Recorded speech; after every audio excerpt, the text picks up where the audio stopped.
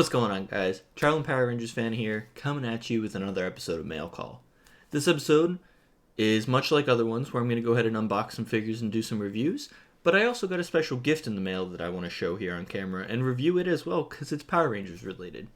So, if you think back to October when we had our Fan First Friday where we announced the Lightning Collection Monsters, I talked about in my video how I wasn't going to order King Sphinx because I wasn't interested in the figure at the time, so I went ahead and just ordered Pumpkin Wrapper from Hasbro. So I got Pumpkin Wrapper in about mid-December, but I didn't unbox it because I ended up changing my mind and actually did order King Sphinx.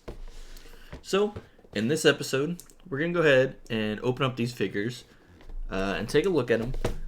Look at how they scale versus the Lightning Collection figures. And I also want to take these pumpkins and go ahead and put them on some of the Lightning Collection Power Rangers and see how funny that looks.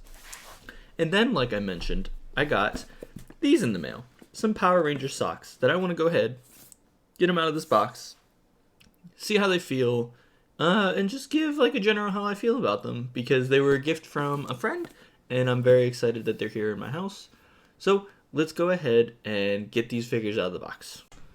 Alright, so we've taken the trays out of the box as usual, and I want to do a tray shot, but I also wanted to take a second to just talk about the boxes.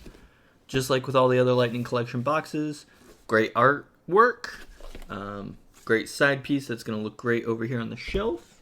That's for the King Sphinx figure. And then here's Pumpkin Wrapper, also great looking box. Love the upside down head. I've always enjoyed this little guy. So let's go ahead and look at the trays. So here we got Pumpkin Wrapper. We got his 3 heads. He's got some crazy lightning effect extra things here, which we'll see if I'm going to incorporate them because they're kind of big to fit in my lightning effect tackle box, so might not put them in there. But there's your tray shot for him. And here's King Sphinx. Something I really like about this tray is how good they made the wings look. Because when you actually look at the back, they're not actually in place. So they did a really good job at making it look very real. Only one lightning piece here where the other one, I guess it's only one lightning piece, but a bunch of vines. We've got his staff. I've heard a lot of complaints about the paint app on this guy.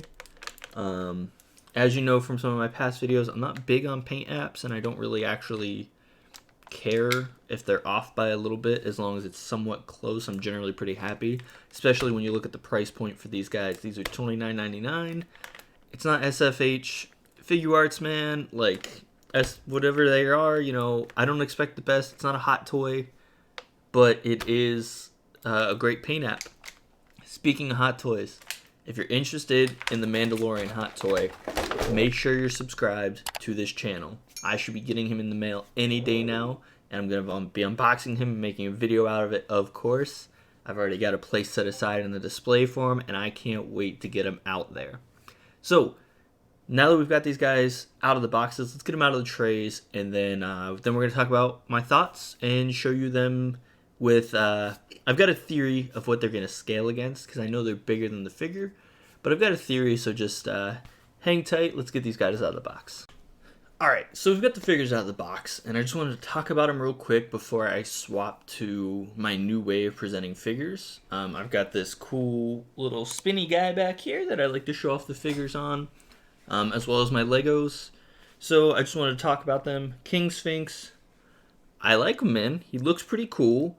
I'm pretty excited to put him up here on the shelf. I've got the little evil shelf that's behind me and not really seeable with my big head right there.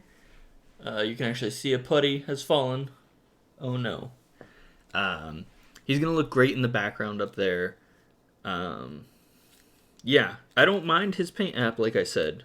For the price, good thing. Tail moves. He flexes pretty good. King Sphinx, you're good. Now we're going to move on to the Pumpkin Wrapper, in my opinions.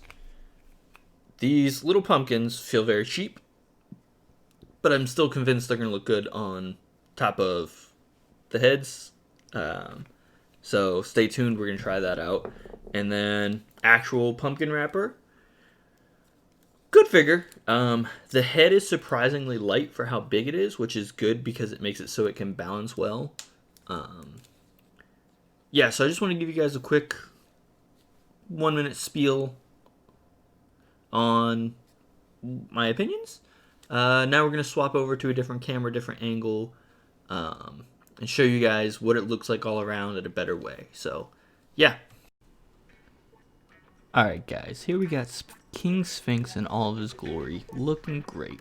I love some of the subtle details here, such as his wings are greatly detailed, and I love that his tail can actually move. Overall, I think I'm very impressed with this figure. I have no issues with the paint apps like I've mentioned, and I think he's great, even though he doesn't scale great necessarily with the other figures, except for the other monster. And then we got Pumpkin Rapper in all of his glory. Like I mentioned earlier, I'm really impressed with how large its head is, and the fact that its body can actually still stand pretty easily. I'm yeah, super impressed with that for sure, and I love the little details with this guy as well. His paint looks amazing. And then I had to have some fun and put the pumpkins on a couple Power Rangers and make it look like a little scene from the 90s. I'm always worried taking the helmets off my figures because I'm afraid I'm going to break it, and in fact I tried to do it with a putty just for this and I did break him. So there's our Rangers, guys. And then we roll in to Goldar. This is original GameStop release Goldar, not the second release. Showing how he does not scale with these monsters, which is fine. I know that the monster line is supposed to be different, and that's why it's a different price point. So, I mentioned earlier that I had a theory that these monsters were bigger than the figures because I thought they were supposed to scale alongside the Megazord. I was indeed wrong when I got the Hasbro Megazord and put it there. And last but not least, here is the new figures on the shelf with the bad guys. Looking menacing back there in the back, that's for sure. Super happy to have these figs. And we're back at the desk. Like I mentioned earlier in the video, there's a bonus sock review for this video. We've already covered how I felt about those figs. Let me know in the comments below if you'd like the way I presented the figures on the spinning platform. I'm curious if that's actually a good way. I have an idea to get like a light box, kind of like my buddy Union Jack Ranger has. I just haven't fully decided if I want to invest in that because I wasn't sure if that was a good way for me to present the figs. So please let me know. And of course, if you haven't already liked this video or left any sort of comment, please take a moment to do that. It only just helps the YouTube algorithm and just helps my channel get boosted up so that hopefully more people can see this video like you. So let's get to the socks. So my initial thought when I saw this was like, we've got the 5 Rangers and the Megazord. Why don't we have the Green Ranger? I'm a Green Ranger fanboy. You guys know that. But when you look on the back, it's clear it's because it's from the Boom comic book series. Totally good with that. Totally fine with it once I realized that it was based on the comic series. As far as I know, my friend got these on Amazon, and I know that because there was a slip in there saying Merry Christmas. So shout out to our friend for sending this on over to us, and I'm really happy to have it. I'm super impressed with the box. It's got a strong magnet on it, and honestly, this is like a display piece in its own if I didn't want to just wear the socks. So let's go ahead and get a pair out and see how they feel. I'm used to like thin socks, so I would actually be really happy if these are like a little thicker. Ooh. They are indeed a little thicker. So let's go ahead and look at the front here. We got your full Red Ranger.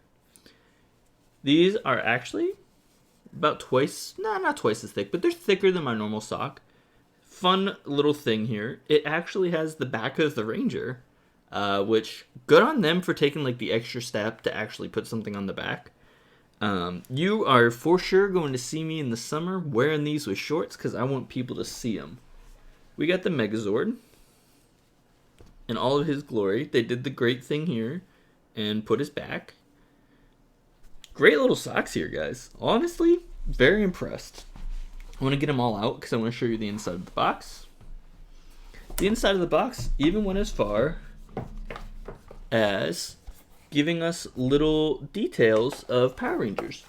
Honestly, I think this box in itself is a display piece, and I think I could see myself like putting some action figures in it or something like that. I'm not really sure. But again, super big shout out and thank you to our friend for sending it over. Great Christmas present. I'm even going to wear the pink socks and the yellow socks because I'm that much of a Power Rangers fan that I'm going to wear every single one of these socks as often as I can. And super appreciated because my socks were totally falling apart. But hey, thanks for coming to the video, guys. This has been a fun little video for me to put together. I'm always excited when I get Lightning Collection stuff in, and I'm excited when Mail Call includes some stuff other than action figures. So of course, please subscribe to the channel like I said earlier. I'm really working in 2021. One video a week is the goal, but I'm thinking I'm going to start a Battle for the Grid series of gameplay. So check this out. Make sure you're clicking that bell as well. I've started doing some live streams when I build my Legos, and it's a fun time for us to hang out. And I normally open up my Discord channel, which there's another plug for you. Go ahead and join my Discord. The link's going to be in the description. We have a lot of fun over there. We do a lot of chatter. Every Friday night at 7 p.m. British time, which is 8 p.m. Central European time, which is my time. You can do all the math for all your time zones. Union Jack Ranger is doing a great Power Rangers talk over on his YouTube channel.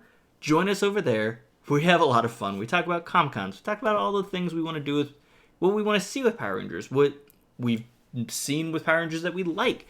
People ask questions in the comments. It's a good time. So make sure you're subscribed over to him as well so you can see that. And then my final plug for the video, follow me on Instagram. I post a lot of content over there, and it's, in my opinion, it's good. But I don't know. Thanks for checking out this video, guys.